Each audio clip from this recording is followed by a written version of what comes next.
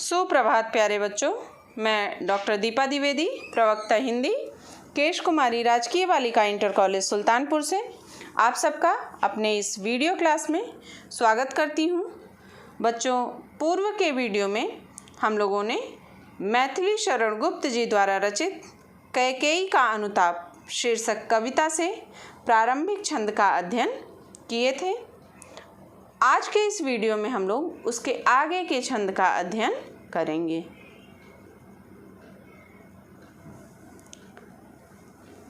पाठ का नाम है बच्चों, या शीर्षक है कैकेयी का अनुताप, जिसके रचयिता हैं मैथिली शरण गुप्त जी।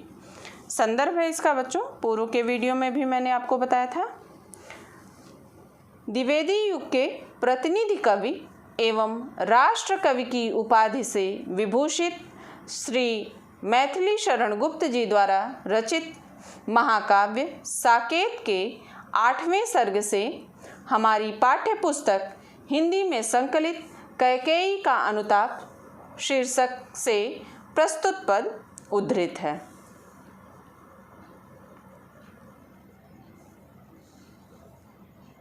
आगे का पद देखेंगे बच्चों।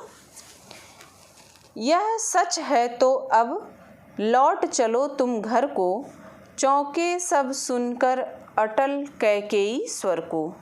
सबने रानी की ओर अचानक देखा, वैदव्य तुषारावृता यथाविधु लेखा।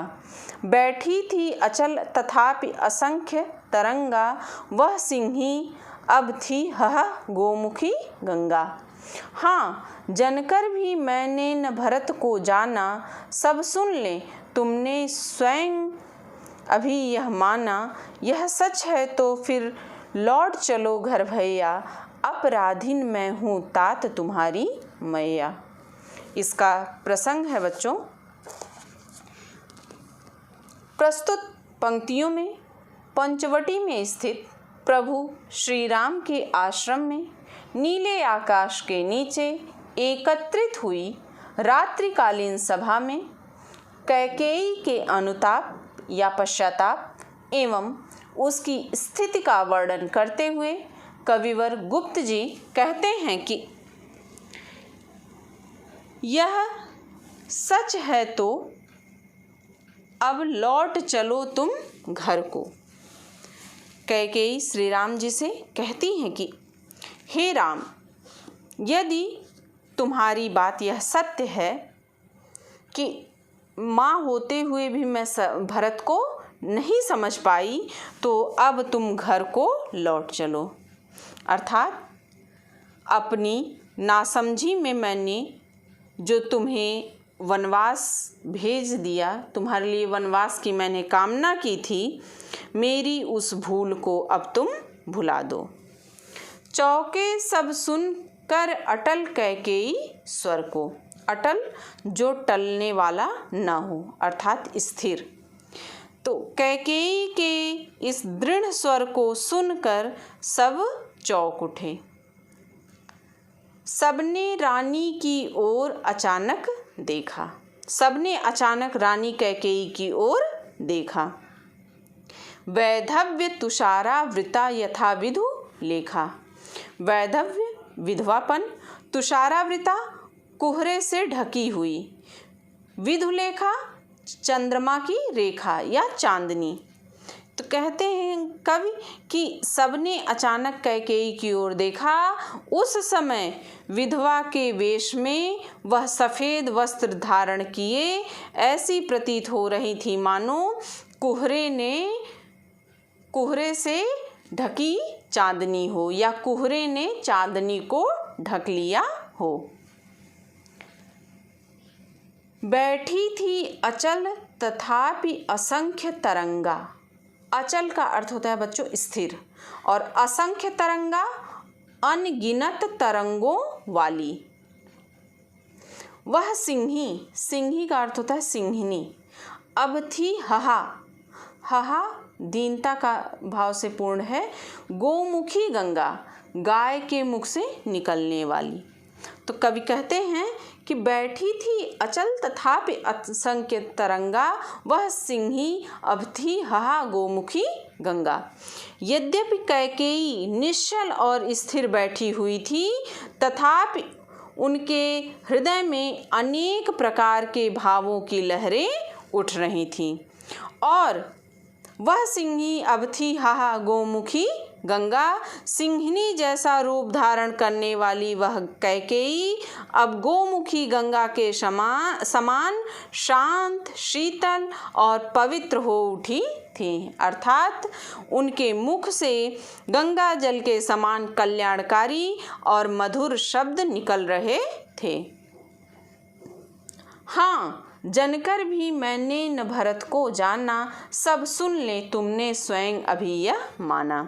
कैकेयी श्री राम जी से कहती हैं कि यह सत्य है कि जनकर मैंने न भरत को जाना, भरत को जन्म देकर भी मैं उसे पहचान न सकी, सब सुनने तुमने स्वयं अभी यह माना।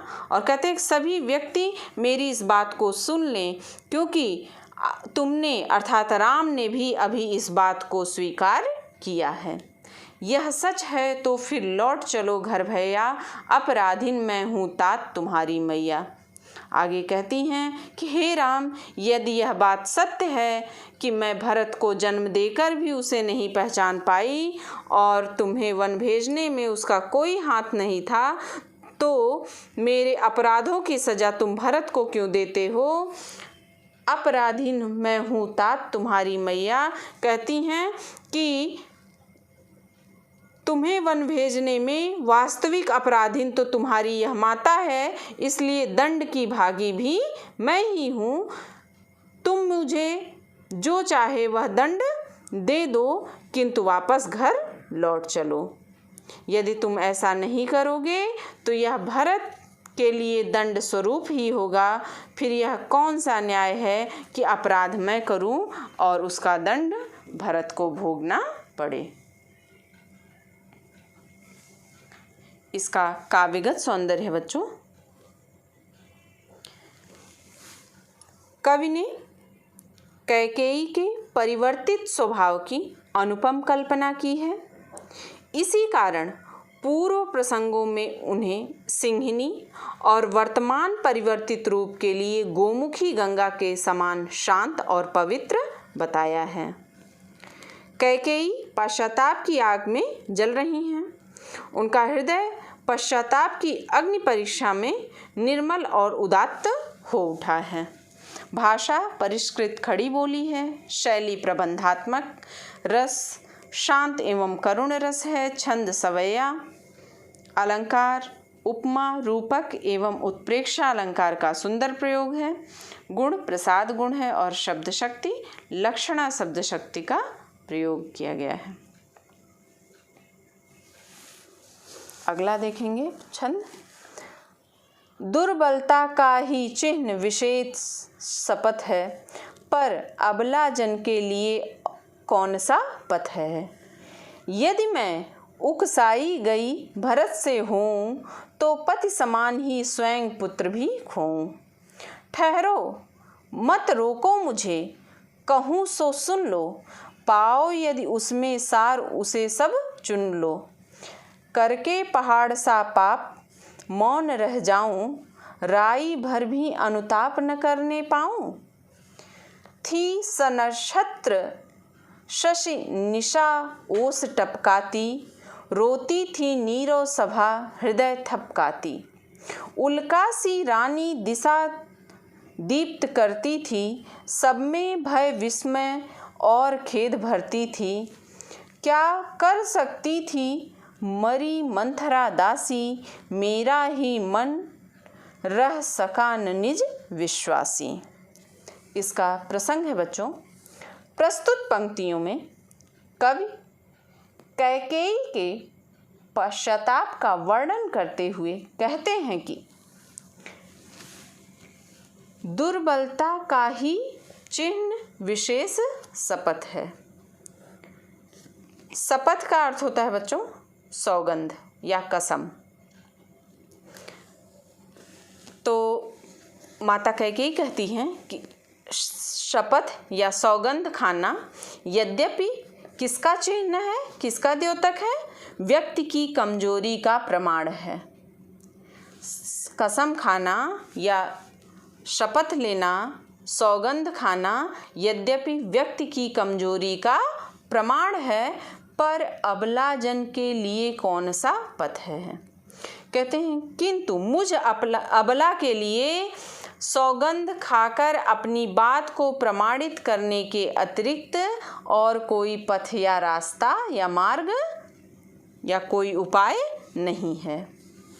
यदि मैं उकसाई गई भरत से होऊं तो पति समान ही स्वयं पुत्र भी खोऊं। कवि कहते हैं कि आगे माता कैकेयी कहती हैं कि इस प्रकार सौगंध खाते हुए मैं कैकेयी ने कहा कि वास्तविकता यह है कि इस कार्य के लिए यदि भरत ने मुझे उकसाया हो तो जिस प्रकार से मैंने अपने पति को खो दिया है उसी के समान मैं अपने पुत्र को भी खो दूं। अर्थात इस कार्य को करने के लिए मुझे भरत ने हे राम नहीं उकसाया है। ये मेरे अंतर मन की उद्गार है जो मैं आपके सामने प्रकट कर रही हूँ। ठहरो मत रोको मुझे, कहूँ सो सुन लो, पाओ यदि उसमें सार उसे सब चुन लो। सार का अर्थ होता है निचोड़ या यथार्थ बात। कहती हैं कैकेयी कि मुझे मेरी मन की बात को कह लेने दीजिए। ठहरो, रुको, मत रोको मुझे कोई रोको मत,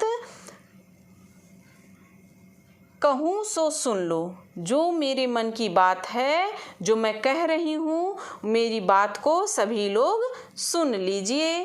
पाओ यदि उसमें सार उसे सब चुन लो। यदि मेरी बात में कोई आपको यथार्थ लग रहा हो, निचोड़ लग रही हो, सच बात लग रही हो तो उसे आप ग्रहण कर लें, अन्यथा नहीं। राई भर भी करके पहाड़ सा पाप मौन रह जाऊं, राई भर भी अनुताप न करने पाऊं। कैकेयी आगे कहती हैं कि मैंने पहाड़ सा पाप माने घोर अपराध, कहती हैं कि मैंने तो इतना बड़ा अपराध किया है, पहाड़ से भी बड़ा मैंने पाप कर लिया है, करके भी मैं कैसे चुप रह जाऊं और राई भर भी अर्थात रत्ती भर भी छोटा सा भी अनुताप न करने पाऊं। अनुताप अर्थात पश्चाताप या पछतावा, तो राई जैसा छोटा पश्चाताप भी न कर सकूं। सी थी सन्नक्षत्र सस निशा ओस टपकाती। सन्नक्षत्र तारों सहित, शश निशा चांदनी रात। कवि कहते हैं कि जिस क्षण माता कैकेयी अपने द्वारा किए गए दुष्टतापूर्ण कृत्य पर पश्चाताप कर रही थी, उस समय तारों सहित चांदनी रात ओस कणों के रूप में आंसुओं की वर्षा कर रही थी। रोती थी नीरव सभा हृदय थपकाती, और नीचे नीरव अर्थात शांत या मौन सभा अपने हृदय को थपाते हुए रुदन कर रही थी। उल्का सी रानी दिशा दीप्त करती थी। उल्का टूट कर गिरने वाला तारा, दीप्त प्रकाशित। कवि कहते हैं कि उल्का सी रानी दिशा दीप्त करती थी। जिस रानी ने उल्कापात करके अयोध्या के समाज को नष्ट कर दिया था, वही रानी आज अंधकार में सर्वत्र प्रकाश बिखेर रही थी। सब में भय विस्मय और खेद भरती थी। विस्मय आश्चर्य, खेद दुख। अब वही रानी अपने अनुताप से या पश्चाताप से उपस्थित जन समुदाय में भय, आश्चर्य और दुख के भाव एक साथ भर दिए थे। क्या कर सकती थी मरी मंथरा दासी, मेरा ही मन रह सका न निज विश्वासी। कैकेयी आगे स्पष्ट रूप से कहती हैं कि बेचारी मंथरा तो एक साधारण दासी थी, उसके पास इतना बल कहाँ था कि वह उसके मन को बदल सकती थी। वास्तव में वास्तविकता क्या है? मेरा ही मन रह सका न निज विश्वासी। वास्तव में मेरा अपना ही मन अविश्वासी हो गया था, जिस कारण मैंने यह कठोर निर्णय ले लिया था। काव्यगत सौंदर्य है बच्चों। इन पंक्तियों में कैकेयी के पश्चाताप को अपूर्व ढंग से कवि ने अभिव्यंजित किया है। कैकेयी के इस पश्चाताप के माध्यम से कवि ने उसे एक सीमा तक दोष मुक्त करने का सफल प्रयास किया है। भाषा परिष्कृत खड़ी बोली है, शैली प्रबंधात्मक, रस शांत रस का प्रयोग है, छंद मंदाक्रांता है, अलंकार यहाँ अनुप्रास एवं उपमा अलंकार है, गुण प्रसाद और शब्द शक्ति लक्षणा शब्द शक्ति का प्रयोग है। अगला छंद देखेंगे बच्चों। जल पंजरगत अब अरे अधीर अभागे, वे ज्वलित भाव थे स्वयं मुझी में जागे। पर था केवल क्या ज्वलित भाव ही मन में, क्या शेष बचा कुछ न और जन्मे। कुछ मूल्य नहीं वात्सल्य मात्र क्या मेरा, पर आज अन्य सा हुआ वत्स भी मेरा। थूके मुझ पर त्रैलोक्य भले ही थूके, जो कोई जो कह सके कहे क्यों चूके। छीने न मातृपद किंतु भरत का मुझसे, हे राम दुहाई करूं और क्या तुझसे। इसका प्रसंग है बच्चों। प्रस्तुत पंक्तियों में कवि कैकेयी के पश्चाताप का वर्णन करते हुए कहते हैं कि जल पंजरगत अब अरे अधीर अभागे। पंजरगत का अर्थ होता है बच्चों शरीर के अंदर स्थित। तो कैकेयी अपने मन को संबोधित करते हुए कहती हैं कि जल पंजरगत अब अरे अधीर अभागे, वे ज्वलित भाव थे स्वयं मुझी में जागे। कहते हैं मेरे शरीर के भीतर स्थित मन घर में ही आग लगाने वाले भाव मेरे अंदर ही जागे थे। पर था केवल क्या ज्वलित भाव ही मन में, क्या शेष बचा कुछ न और जन्मे। कहती हैं कि इस शरीर